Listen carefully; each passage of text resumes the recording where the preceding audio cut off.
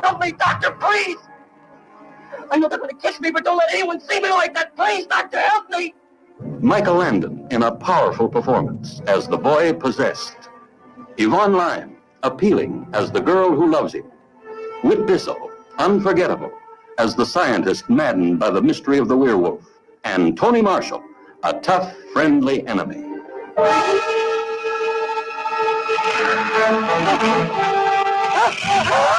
These are official pictures? Yes, Chief. Slash on either side of the throat. You got any theories? Fangs. He was killed by a werewolf. Panic penetrates every home when this strange, unknown killer hits town, taking hold of the teenage crowd, coloring their practical jokes with hysterical humor that'll make you fall flat on your face with horror.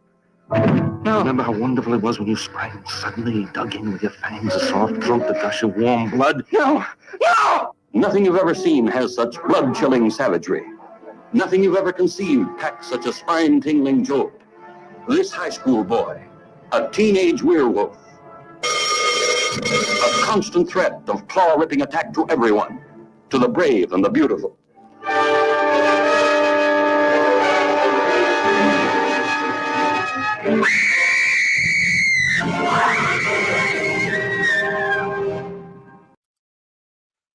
Well, hello everybody. Welcome to day 20 of 31 Days of Monsters. I am Graham Nolan, your host. And today we're talking about I Was a Teenage Werewolf with Michael Landon. First, I got to tell you about my day.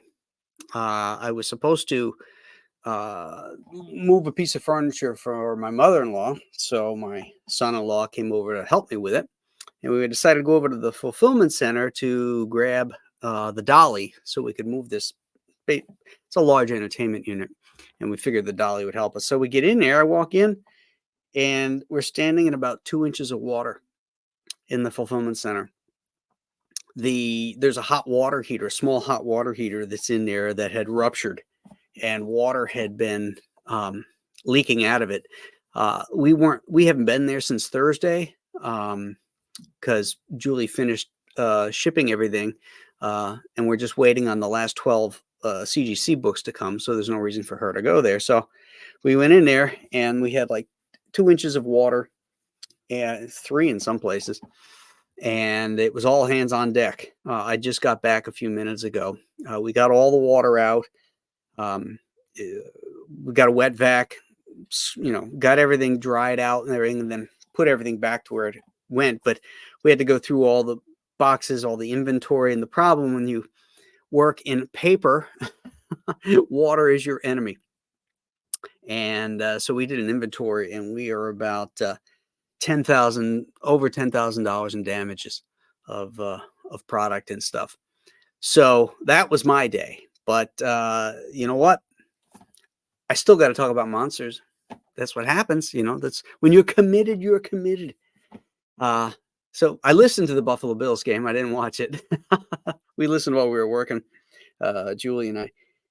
But we got back in time. So here we are. And this is why we're starting at 4:30 instead of 5 o'clock, like I had said yesterday, because I've got to start drinking. So here's to you, folks. This is a nice local cherry wheat, by the way. It's delicious.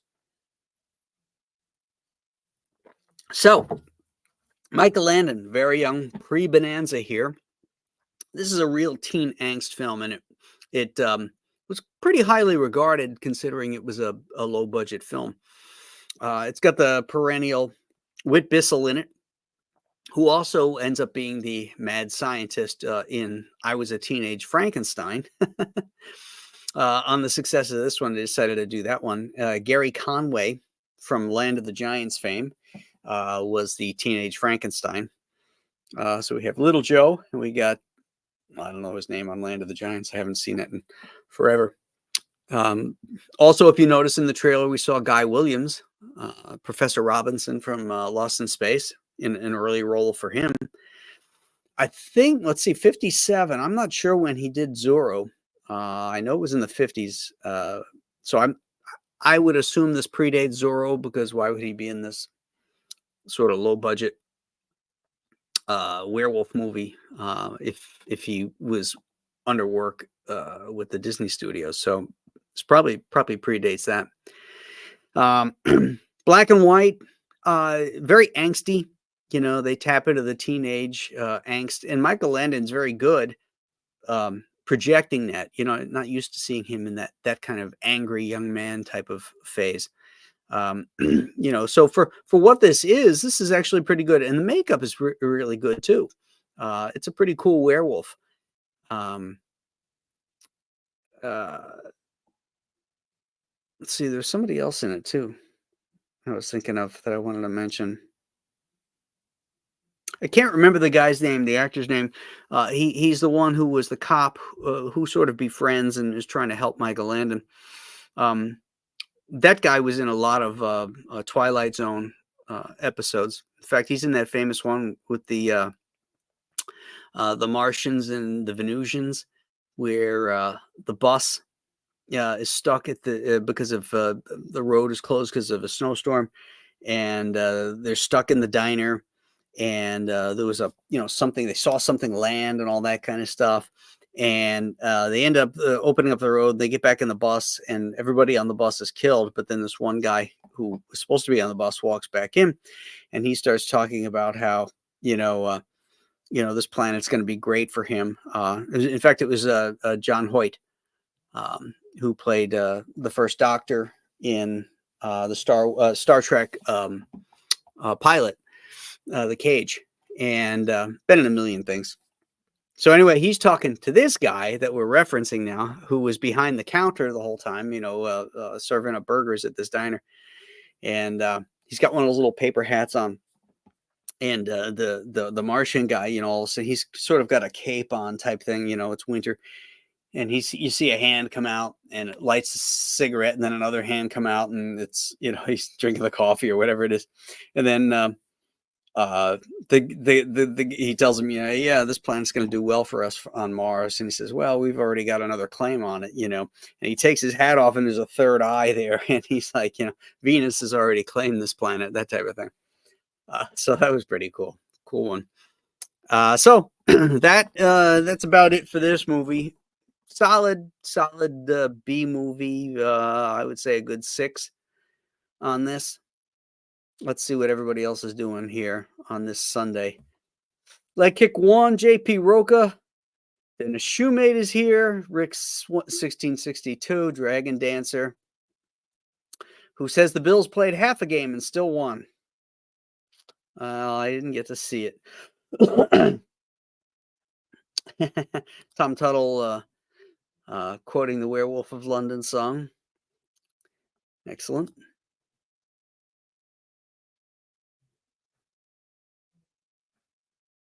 Paul Pulpaboom. Would love to see one day Graham draw a creepy Halloween type tale for Conan the Barbarian involving slaying sexy witch, rescuing a damsel in distress. That would be fun. Love Conan.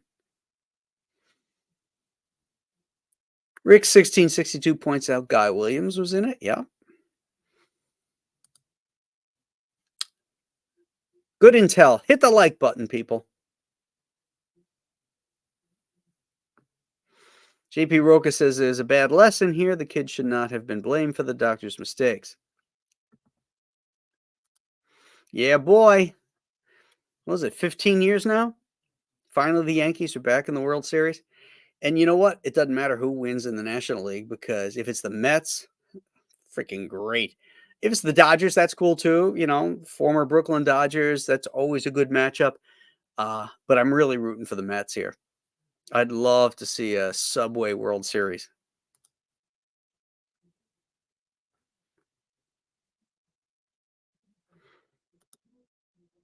Marcus says, also, I drew a pretty good Frankenstein. Okay, cool. Dennis says, so sorry to hear about the water damage. That sucks. Yeah, that sucks. Big time.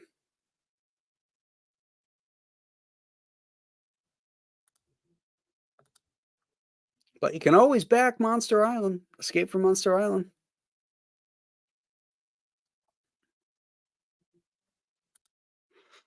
Quote of the day, don't eat them raw like that hamburger you had yesterday. Foreshadowing. Very good, Rob.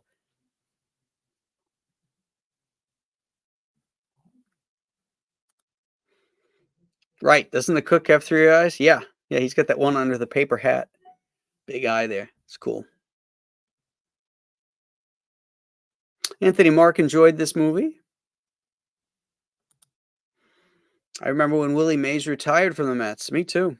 I wrote a book report on him when he was playing for the Mets, because I lived in Long Island, just half an hour from Shea Stadium. So we were all Mets fans there early on. And then I went over to the Yankees. I had a Mickey Mantle glove that I played with in Little League, and I always wore number 7. Which I believe today is the Mick's birthday. So, happy birthday to the Mick. Delaware Comics dude nails it here. It's Rebel Without a Cause with a werewolf flick. Absolutely. Thank you. That's the best description I could say. All right, guys. I got some drinking to do. I got to drown my sorrows. But I have my my Shanu here to keep me company. You know, he's like a comfort Shanu. You know, he does love me. We lost a bunch of these too in the flood. At least 10 or 12 of them, something like that. So that was unfortunate.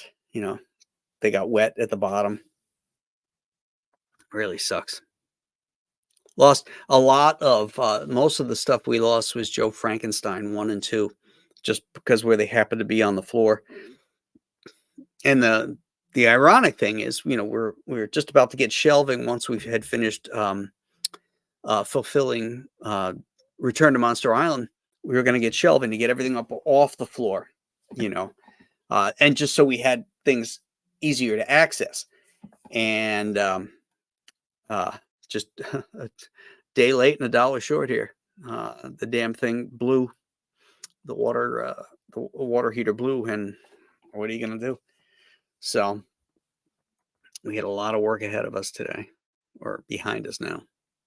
So tomorrow, guys, we're going to talk about The Vampire Lovers, 1970 Hammer film. Hammer pushed the envelope on showing, cleavage and blood in their movies, you know. But here they push it all the way. It's full on nudity. But this is actually quite good. This is quite good. I'd never seen this before. And of course, it has the gorgeous Ingrid Pitt in it, who is really, really good in this role. So until tomorrow, guys, our usual bat time. Oh, wait, no, that's wrong. Gonna have to do it later tomorrow. I have to do a presentation, like a Zoom presentation for a local college tomorrow for their art department. And that's at noon. So I'm thinking we'll go like 2 o'clock tomorrow. That work for you guys? All right, it works for me. So we'll see you tomorrow at 2 for the Vampire Lovers. Until then, my friends, you have a great, great rest of your day. Bye bye now.